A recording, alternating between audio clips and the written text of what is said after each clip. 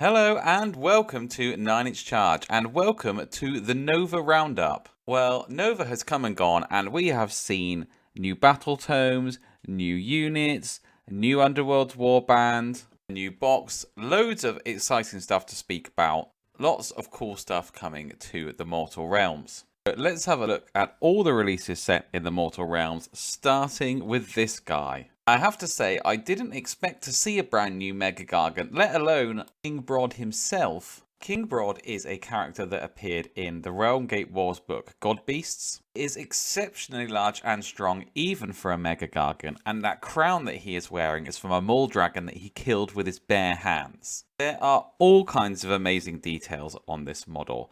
For example, the rings that he's wearing are crowns of kings whose lands he's conquered or whose armies he's destroyed. And he has these little creatures all over him, and they are called creepers, and they're brand new to the game. When I saw them in the rumour mill pictures, I thought they might be a reimagining of snotlings, but no, they are creepers, and creepers are creatures that do the bidding of the Mega Gargants. They braid their beards, and they apply their war paint, and they ride them into battle. And apparently in the new book, they're going to have some kind of abilities or different things that they could bring to your army to add a bit of flavour. Now, as a Warhammer Fantasy Battles Wood Elf player, it sounds a bit like they might be like spites, which were little magical creatures and imps kind of similar that could add some kind of additional attack or ability to your heroes. So they might be a supplement, a bit like taking a magic item or something like that. You might take a particular creeper. So yeah, King Brod is back. The new battle tome for destruction, or one of the new battle tomes for destruction, is going to be Sons of Behemat, and the shield that he's got here strapped around his waist, one of them is a Wanderer's shield, and I think that is the closest I'm going to get to a Wanderer's release. All in all, the more I look at the model, the more fantastic I find it. I mean, he's holding a great big flipping tree trunk to wield his hammer with. Absolutely fantastic. The next destruction book revealed was Ogremoore Tribes, and along with that we've got the Bloodpelt Hunter.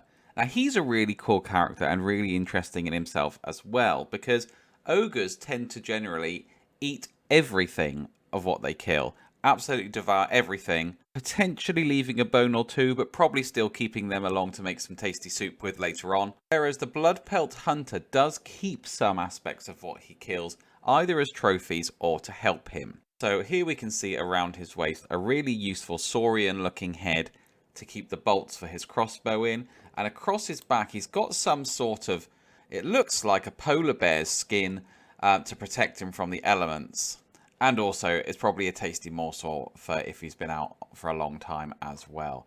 I think he's really cool. I like the idea of him. I really love the head that he's put the bolts in that he's using as a quiver. I do think that his head is a bit strange, if I'm honest.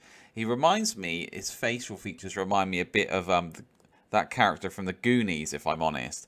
But other than that, potentially, I don't know, another paint job or a bit of a head swap or something. I think he's a fantastic model, and I especially, I said I like all the garb that he's got around him. Very cool, and looking forward to seeing a new Ogremoore Tribes book as well. Next up, we saw some more from the Slaves to Darkness release that we know is coming in the winter. To be honest, there was nothing new here that we hadn't seen in potato camera pictures, but it's great to see these models up close and in high definition finally. And there's going to be a new battle box that will include the new Ogroid unit, the new Demon Prince, and the new Chaos Chosen Warriors. And we've also been able to look at the multiple ways you can build the Demon Prince. We've got all the different heads here representing the different gods. And apparently you can also build him to be a 40k Demon Prince as well, if you so desire. But for me, the main thing that I was really taken aback by were these Chaos Chosen. The sculpts are just incredible. They've come on leaps and bounds. I think my favourite has got to be the champion with the two-handed axe and his mutated hand just reaching out of his armour. They're full of mutations and things. The guy who's banging the drum has got a skull on the end of his drumstick. They're just brilliant models, and every single one of them is a standout sculpt. The banner bearer I really like as well, with his mace and the kind of his downward stare is just excellent. These really, really are a cut above the old Chosen models as well. Just a fantastic reimagining. Really captured what Chosen are all about, and I just love them to bits. And finally, for Warhammer Underworlds, we saw a new Khorne warband. And this is something that we haven't seen since the first season of of Underworlds. And these guys are the Gore Chosen of Drom. And they are coming to claim the glory and claim the skulls and collect the blood tithe for Khorne. And they're very cool. They're led by this Khorne priest, who I think is a fantastic model. But the one I'm most interested in, actually, is the guy, the Gore Hulk. And he's a former Slaughter priest who's been blessed by Khorne and is now well on his way to becoming a Korgoroth. And I think this is a really cool and interesting bit of lore, because we've got a Korgoroth model. I know we wish that we had more varied ones so we could have units and things like that. But the story of the Korgoroths is that they are like people, priests, and worshippers of Khorne who've become mutated and turn into the Korgoroths. And I never thought we'd see someone who's in this middle stage of being mutated. So that's really, really cool to see. I really like that. So I'm looking forward to seeing this warband. I think there is really something interesting there for Khorne players, whether you want to play Underworlds or whether you want them for your Age of Sigmar army. It's a cool priest design. Maybe something to go along and take a proxy as a Korgoroth, something like that, to add a bit of a mix into your army, because the Korgoroth model, as I said, there's only one sculpt and he's very static. He's not multi-pose, so that'll be fun to have. So yeah, another great release. I've been so pleased with what we've seen. They are just knocking these models out of the park at the moment with the sculpts that they're producing. I did hope that we would see an expansion for Cursed City, and we haven't seen that yet. But surely it can only be a matter of time now. And the only other thing on my mind really was, in the prediction video, we did correctly predict that Ogres would get a Battle Tome.